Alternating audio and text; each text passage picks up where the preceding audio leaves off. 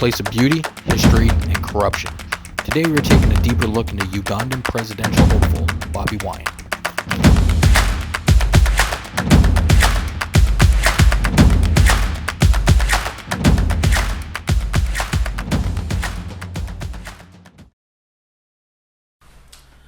Welcome to the first episode of our show, Leave Africa Alone. My name is Joe. And my name is Billy. We need Africa to become a stable, viable place because it's just simply better for the world. Most of us complain about immigration of Africans to Western countries, yet corporate interests drive the continent into constant instability. The resources of Africans have been looted for centuries by greed without any single concern for the people. We cannot be saying Black Lives Matter and show no concern for Africa, which is the center of Black lives. Today on our new show series, Leave Africa Alone, we will be exposing to the world a new attempt to destabilize one of the most stable countries not only in Africa but the world. Corporate interests pretending to be concerned about democracy and human rights are practically imposing an imposter on the people of Uganda. Not only are they imposing and propping up a complete novice, but they are also threatening a peaceful country with violence if they don't go along with their plans. Today we want to have a look at Uganda's Bobi Wine, a complete European corporate interest toy boy who has never managed the affairs of a small province, but public relations companies working for these interests have turned him into a political star using Western media and social media. Objectively, we would want to showcase today in the words of the same man, Bobi Wine, on why he is totally unfit to become president of the most important nation in Africa, for the peace and security of the African people. We will be looking in his own words expressing his understanding of basic national issues such as security, job creation, economic development, foreign relations, patriotism to Uganda, strength of vision, and history of public service. It is one thing to want to impose a new leader for a country and cause regime change, but it is another thing when the person you are bringing was not vetted in the very least concerning any ability to run the affairs of a country. So we look at 7 reasons why Bobi Wine, in his own words, tells you why he is completely unqualified to be president of any African nation, let alone the most important one. The most important job of any government is security of lives and property. So let us hear from him on this issue, Joe. Let's take a look at that video. But our promise is to pay at least a minimum of 1 million shillings to the soldiers, the police officers, and this will take immediate effect. Kandi ekitukuraganisha tuzakushashura abasirikare omumahe omupolisi omubihome at least sente zitaransi y'akakikuru kamwe kandi ekyo nkiza kubaho immediately aho nawe tuweza kutaho mu ofisi. This is because the money is there and we know it. Nakugira ngo sente ziruho kandi ntumanga ngo sente ziruho. I said that money is there and we know it. Kandi sente. How can anyone be president of a country and know absolutely nothing about security of lives and property? He's also constantly avoiding the topic. He will never offer any ideas of his plan to keep the nation in peace and security. Yes, simply because he was sent by corporate interests to bring chaos, not security. A nation that has had over 70 years of constant wars before the peace they have had in 34 years now, they want to use a clueless person to revert them back to wars? You know, they have just discovered oil in large commercial quantities in Uganda for the first time ever. No wonder they want to destabilize it, so they loot the oil as they have done in countless African countries before. The second area is the area of job creation, a huge problem that exists all over Africa.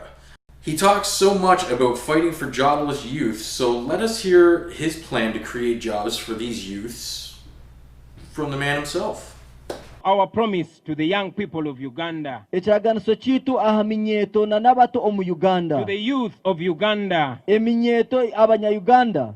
our promise is that we shall ensure that we find meaningful employment opportunities for you. Ntubaraganisa ngu tuza kubatungira emirimo erimu omugazu erimu ekishaju. In our term of office, Omu ofisi yitu before it expires, etakahwireho we undertake to create at least 5 million jobs. tuza kurebeka ngu tuwahangaho emirimo etaransi y'obukikuru butano. We shall do this by focusing our priorities and investing in technology and embarking on massive scales of industrialization. Ekintu za kukikora tukuteekesera aha kuimprovinga ebya teknologiya nange ebya karimagezi na no kwongera amaani omu kutendekwa abantu bakatunga obukugu. Wow, this is unbelievable. This guy does not understand that government is not responsible for job creation. Government is to create the environment through things like security for private sector to create the jobs. This is how all developed countries function. Government cannot create enough jobs for the people. What a dummy. Wait, let's take a look at the third area and the most important thing from anyone seeking leadership position in any nation. Your vision for the people. Let's hear from the same Bobi Wine explain his vision for the country he wants to rule. Here we go. So what specifically do you want to change in Uganda? What are some of the policies that you would like to implement if you did get into a position to do so? Well, it should be known that Uganda is not short of amazing policies. We have had very many propositions that have been well researched, intelligently thought through, and indeed presented. However, because of the rampant corruption and the lack of rule of law, none of them has not been implemented. So our policy is going to be mainly implementation. Even if we just implemented the 10-point program that Museveni was singing 33 years. He wants to be president and doesn't even have a vision for the nation he wants to lead. He couldn't even pretend to have a vision for them. He's telling you he is coming to enforce existing policies, so what exactly will he do differently to enforce? No answer. This is just arrogance. He has been told by foreign interests that they have him covered, so he arrogantly just expects to win because his sponsors are from Europe. Again, let us hear from the man public relations firms sponsored by corporate interests have been promoting all over Western media. Let him talk to us on the fourth reason why he is nothing but an imposter, Joe. Here is Bobi Wine on economic development.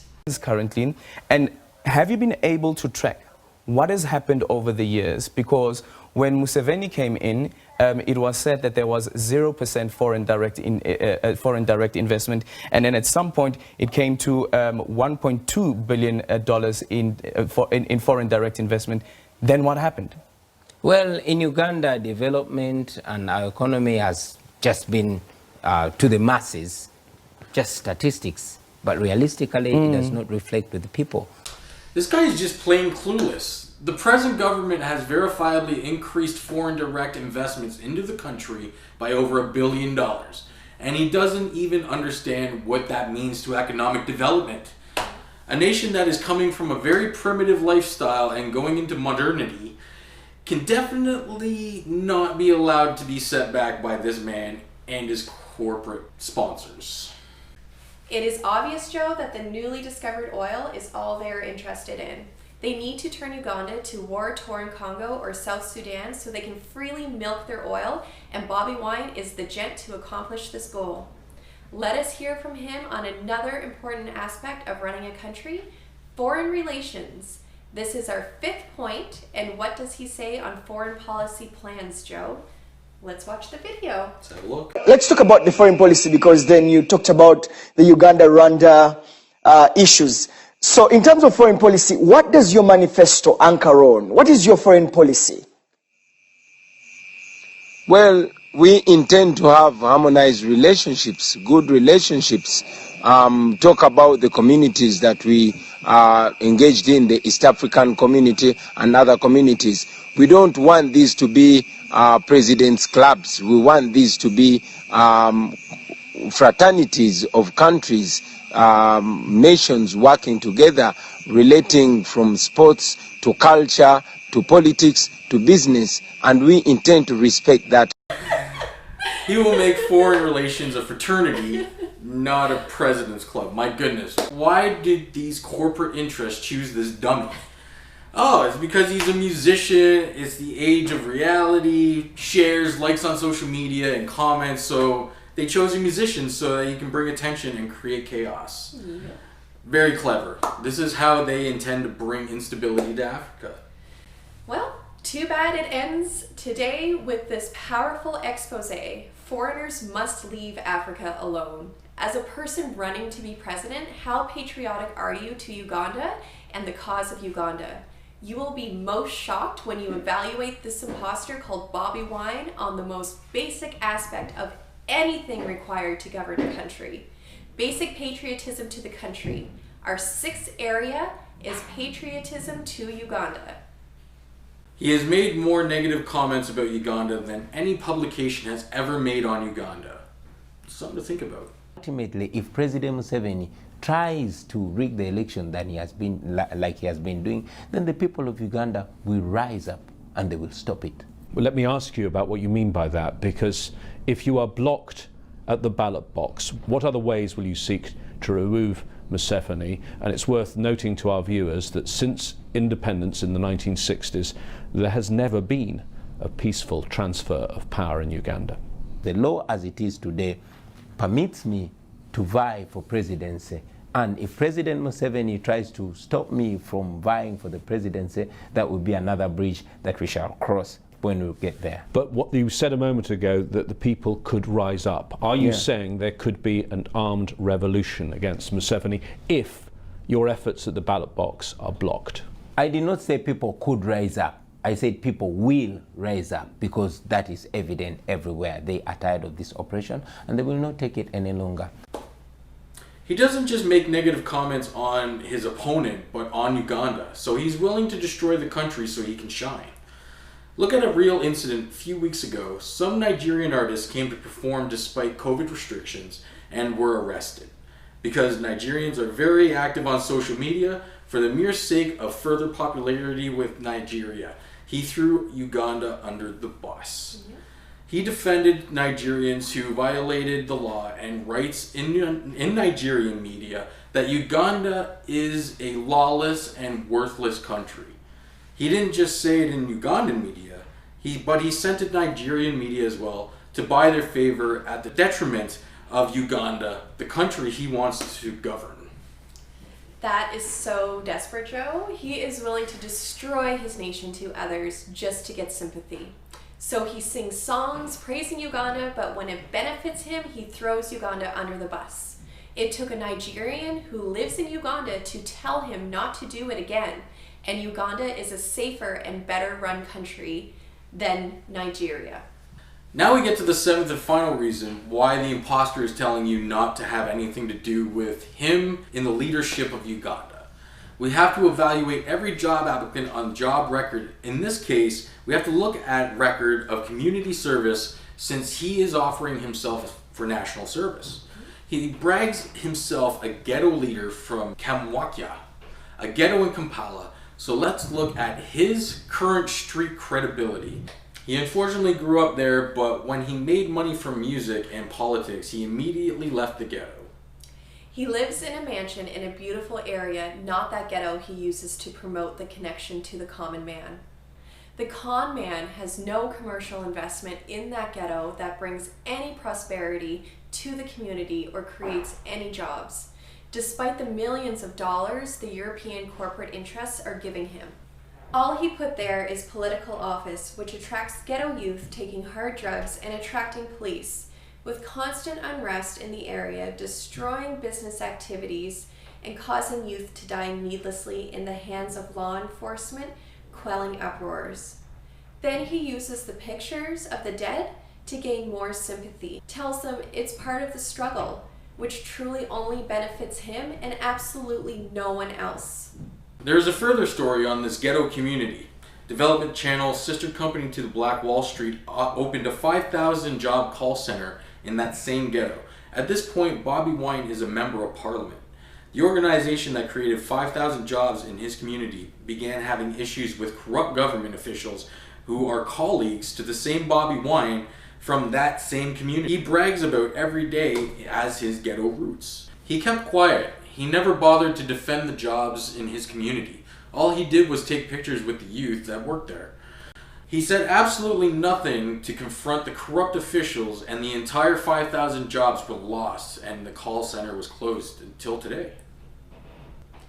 Africa, you must understand that nations don't go from zero to rotational leadership overnight. Stability is very important to formalize systems. We didn't truly start practicing democracy until our systems were well established.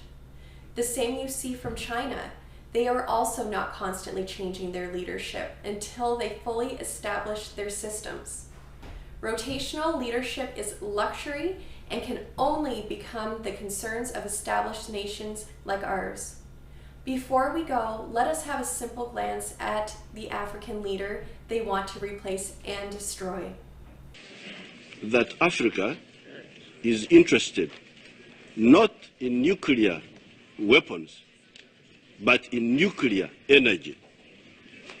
The reason we're interested in nuclear energy is that if you take all the rivers in Africa, the total capacity of the hydropower there is about 300,000 megawatts.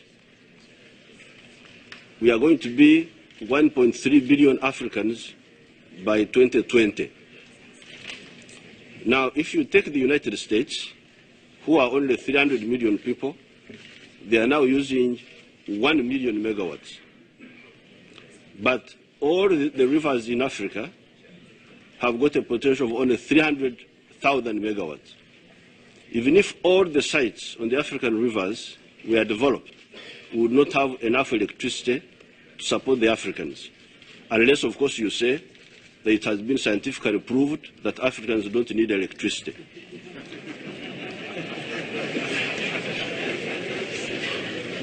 But if you do not take that absurd conclusion, then it is clear that Africa will have to use all sources of energy, including nuclear energy. Some people are talking of solar energy, but a kilowatt hour of solar energy is now at about 40 American cents. Yet a kilowatt hour of nuclear or hydro is about 5, 4, 6 cents. So therefore, nuclear energy is of great interest to Africa. I thank you very much. We've gone through 7 key issues on any nation's development and sustainability, and from the words of the man, he is clearly telling you not to vote for him, not to consider him as a viable option because he is incompetent, empty, devoid of vision, and is only seeking fame, power, glamour, and the good things in life. The people of Uganda must reject every attempt by European corporate interests to destabilize their nation because of their resources. It has been a pleasure doing this expose with you. Next episode, we will be looking at the mining of resources by foreign corporations in Congo.